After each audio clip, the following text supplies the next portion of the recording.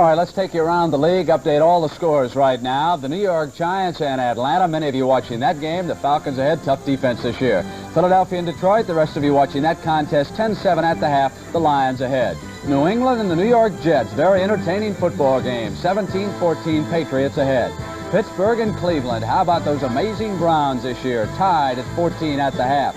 Minnesota and Green Bay, the Packers struck first, 95-yard touchdown pass. Now they're tied at 7. New Orleans and Chicago, the Saints have just scored. They have just kicked the extra point, tied in Chicago 7-all. Dallas and Tampa Bay, a Henderson interception for the Cowboys makes it 10-0. Buffalo and Baltimore, what's wrong with the Colts offense? Scoreless now in the first quarter.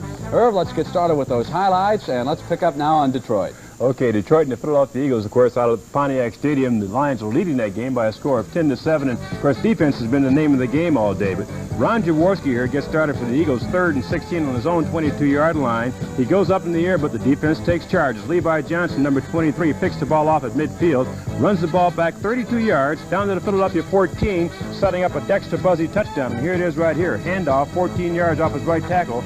Buzzy goes in. Detroit leads 7-0. Philadelphia tries to come back, and they do. Right here, 2nd and 10 on Detroit's 31-yard line. Jaworski goes it perfectly. 31-yard touchdown passes, all tied 7-7. Detroit later came back with a field goal and lead at halftime 10-7.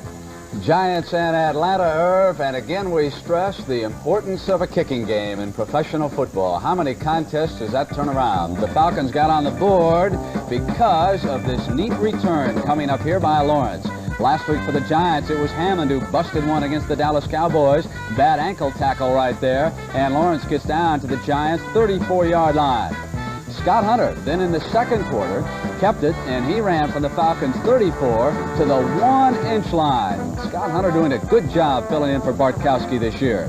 Now it'll be Ely who will score the touchdown, and the extra point made it 7-0. Goldstein under pressure for the Giants. Here comes Lewis out after him. Is it that Falcon defense that has improved this team this year? Goldstein's pass going to be batted down here by the guy they call Captain Crazy, Kuykendall. Goldstein's pass this time intercepted by Ray Brown. And so at the half, it is 7-0, Atlanta over the Giants. Green Bay, Minnesota, let me show you that 95-yard touchdown pass as it was thrown by Lynn Dickey to Steve Odom, and it put them ahead. Minnesota was then able to snap back after that. But it's a key play because the Vikings have had some problems this year. Here it is, Dickey now to Odom, who is loose, 95 yards. And then after the extra point, it was 7-0, the Packers ahead of the Vikes. But the Vikings rallied, and it was Fran Tarkenton who brought them back. 17-yard touchdown pass, Sammy White. After the extra point, it was 7-7. And the NFL Today will continue on CBS.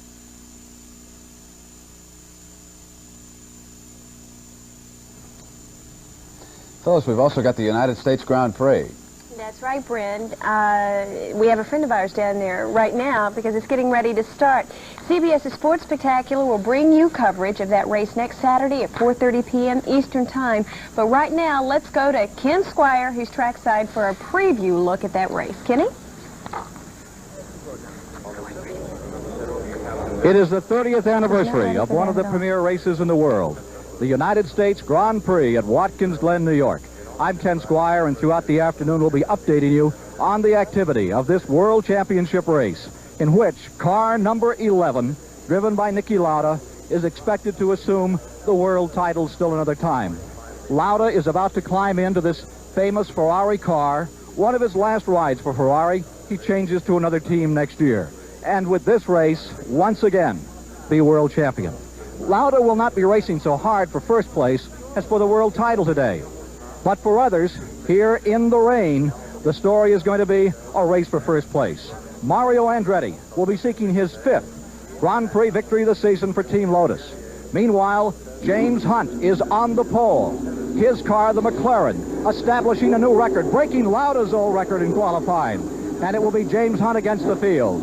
Mario Andretti is stashed back in 4th place, and between him and Hunt are the 2 Alfa Romeo automobiles. They'll be driven by one of the best drivers in the rain, and that's expected this afternoon, Hans Stuck, and also by the very fine John Watson. Moving out of the way here as Niki Lauda moves out to take a practice lap before we settle down to this World Championship race. The weather is cold, it is raining, and that will definitely be a factor.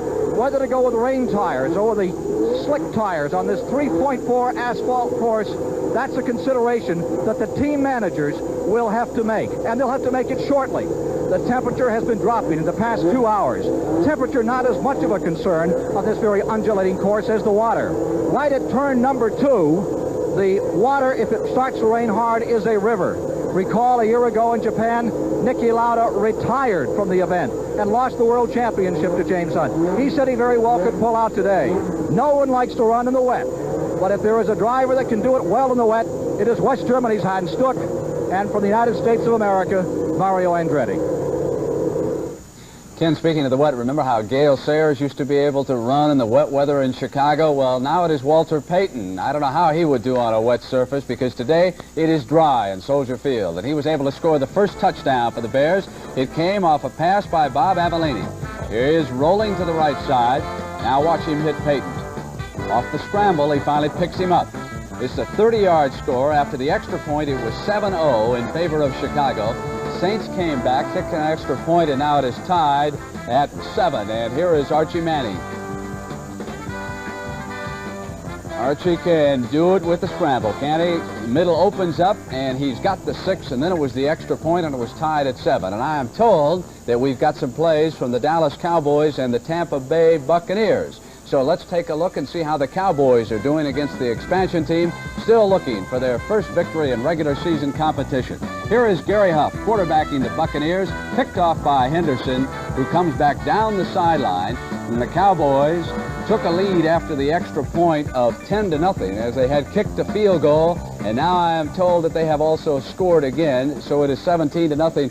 Irv, how about that Payne machine today with Charlie Sanders? What's he done with the Lions so far? Well, you know, of course, he caught a touchdown pass, which is nullified, but if people look very closely, you could see he limped off the field holding his hamstring muscle. Charlie does have one of these units on attached to his hamstring, and I just wonder whether or not it really is helping him. All right, Irv and Phyllis, thank you very much. And the National Football League on CBS will continue right after this message.